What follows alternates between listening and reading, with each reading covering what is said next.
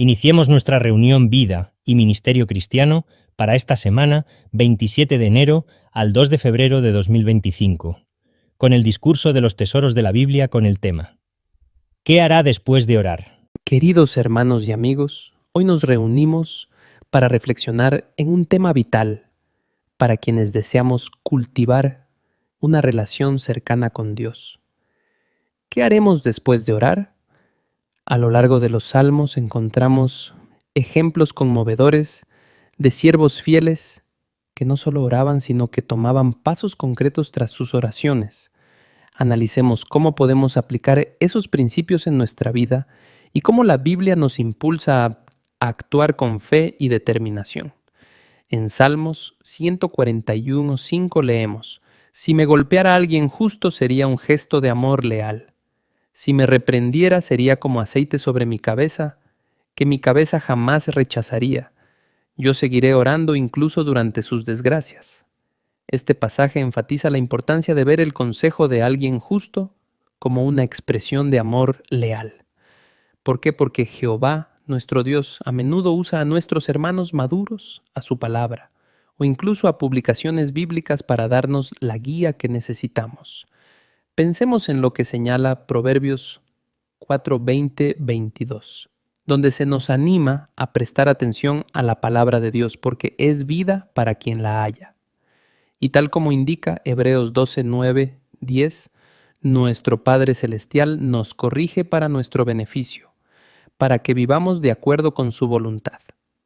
Ahora bien, si somos quienes recibimos un consejo, podría no gustarnos la forma en que se nos hizo la observación. Es posible que la persona no haya sido muy cuidadosa al darlo. Sin embargo, tal como se menciona en Gálatas 6:1, el que aconseja debe procurar hacerlo con un espíritu de apacibilidad. Aún así, quien recibe el consejo también tiene la responsabilidad de centrarse en el contenido y no tanto en la forma. Podríamos preguntarnos, ¿tendrá algo de razón lo que me están diciendo? ¿Podré pasar por alto alguna deficiencia en la manera de expresarlo y aún así beneficiarme de lo que me han aconsejado? Proverbios 15:31 nos insta a no desestimar la disciplina, sino a seguir el camino de la sabiduría. De este modo, después de orar a Dios pidiendo guía, aceptar de buen grado el consejo que nos llegue puede ser parte de la respuesta a nuestras súplicas. Meditemos en todo lo que Jehová ha hecho por su pueblo y por nosotros. La presión de familiares que no comparten nuestra fe, los problemas económicos o las enfermedades pueden abrumarnos. Ante estas circunstancias, el rey David expresó: Mi espíritu desmaya dentro de mí, en medio de mí se muestra aturdido mi corazón.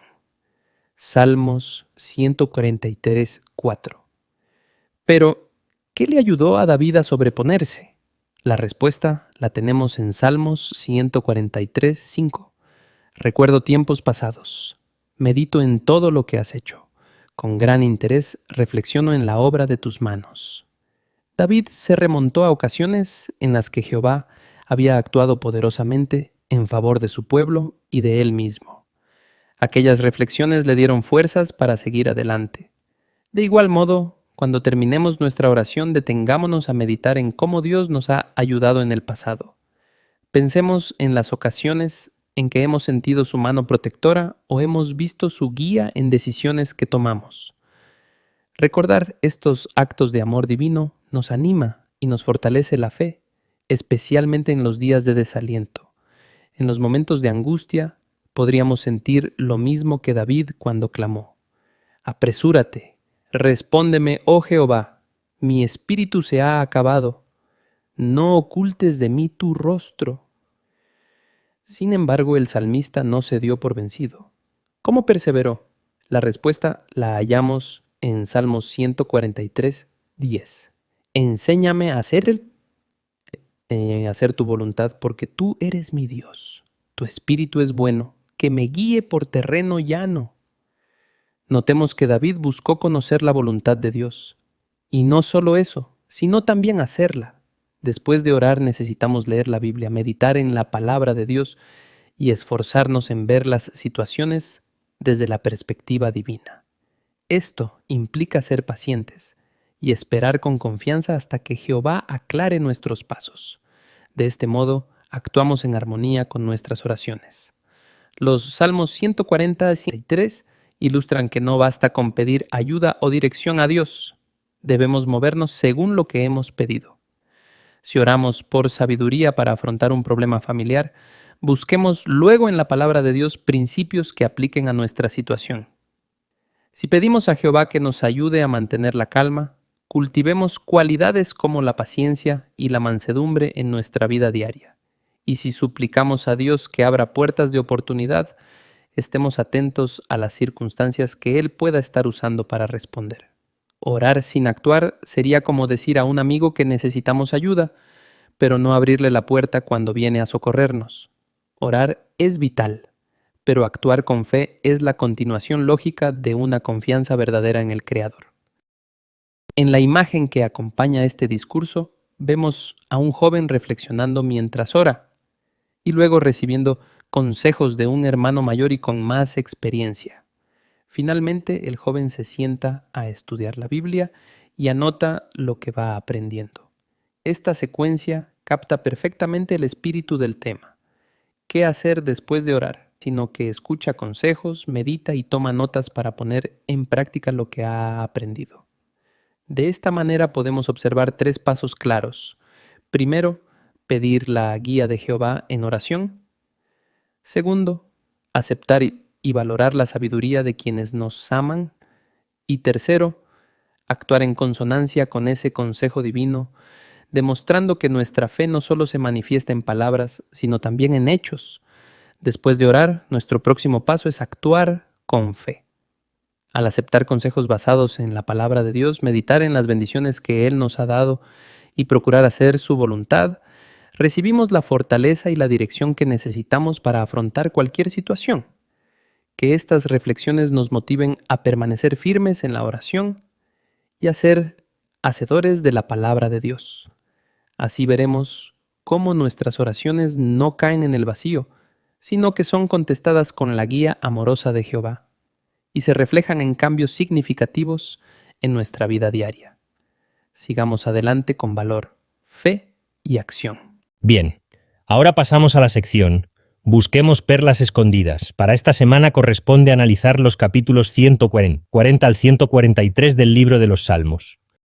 Bien, para iniciar la sección Busquemos perlas escondidas, vamos a dirigirnos a la Biblia y dar lectura al libro de los Salmos, capítulo 140, versículo 3.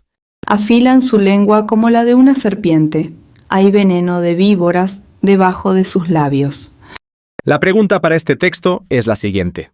¿Por qué dice David que hay veneno de víboras debajo de los labios de los hombres malos?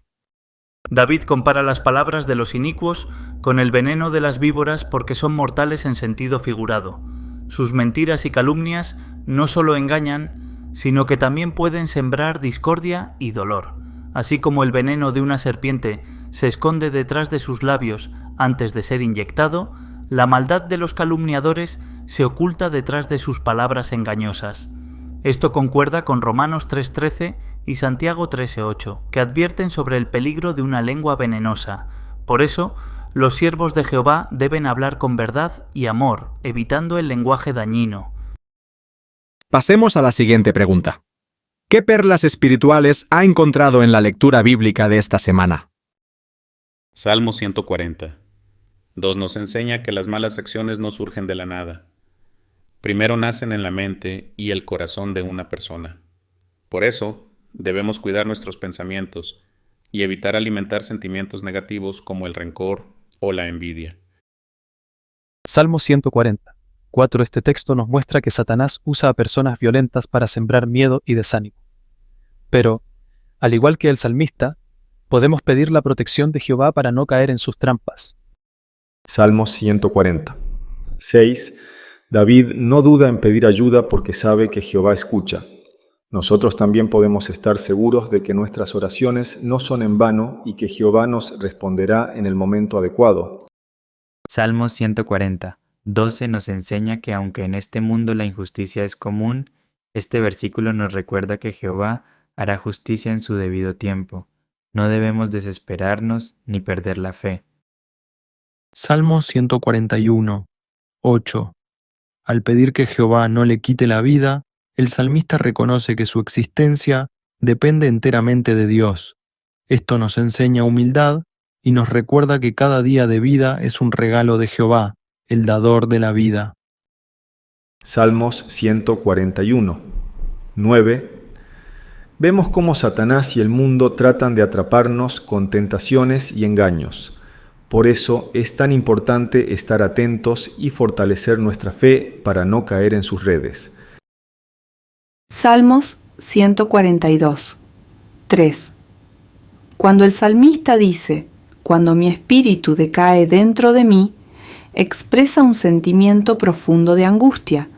Hay momentos en la vida en los que nos sentimos completamente abatidos, sin fuerzas ni ánimos para seguir adelante. En esos momentos de desesperación, podemos recordar que Jehová comprende lo que sentimos y no nos abandona.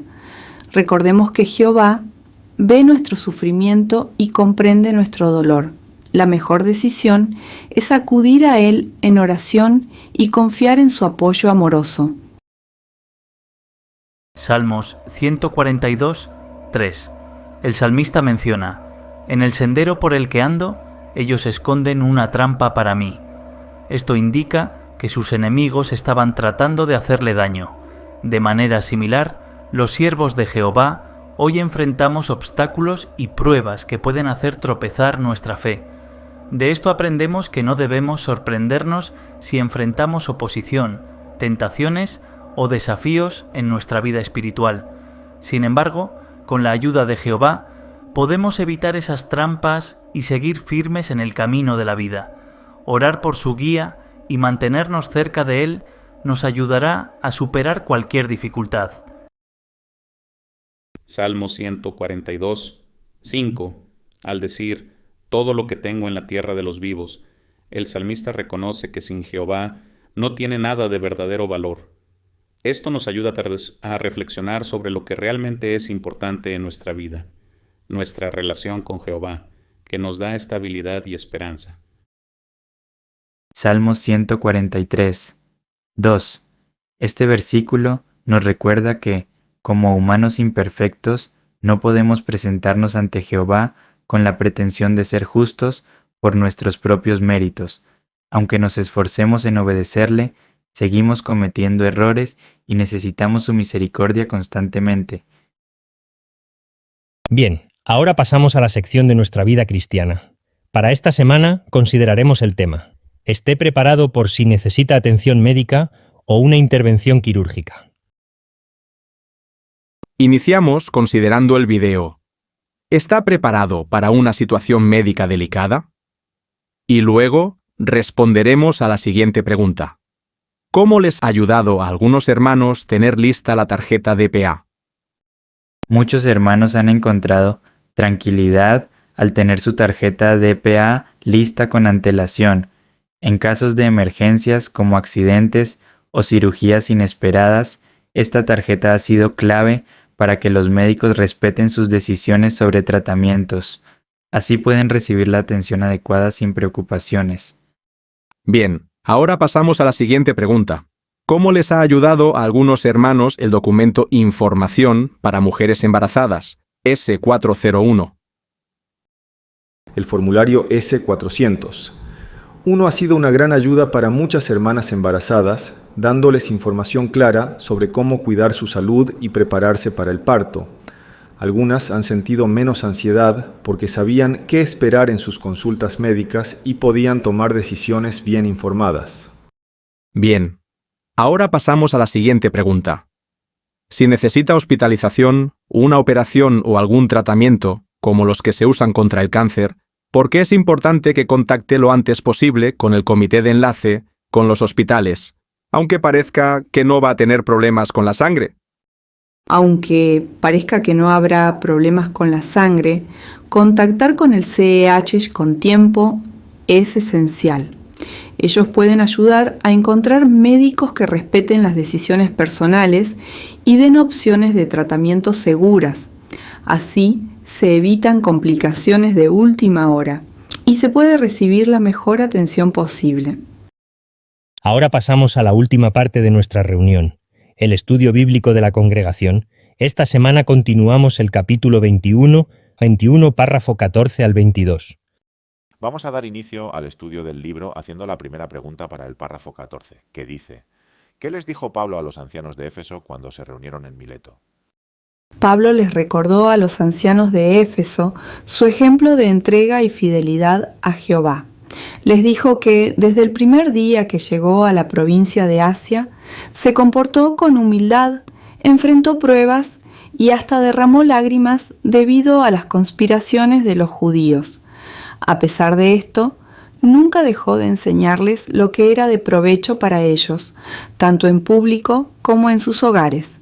También enfatizó que había dado un testimonio completo sobre la necesidad de arrepentirse, volverse a Dios y tener fe en Jesús. Pasemos a la siguiente pregunta, párrafo 15. Dice: ¿por qué el método de predicar de casa en casa es tan bueno?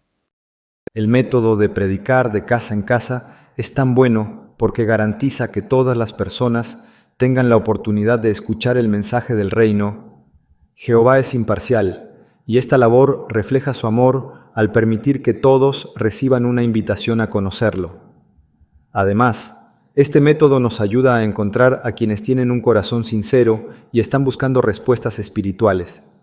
También fortalece nuestra fe y nuestro aguante, ya que nos enseña a confiar en Jehová y a desarrollar paciencia y perseverancia.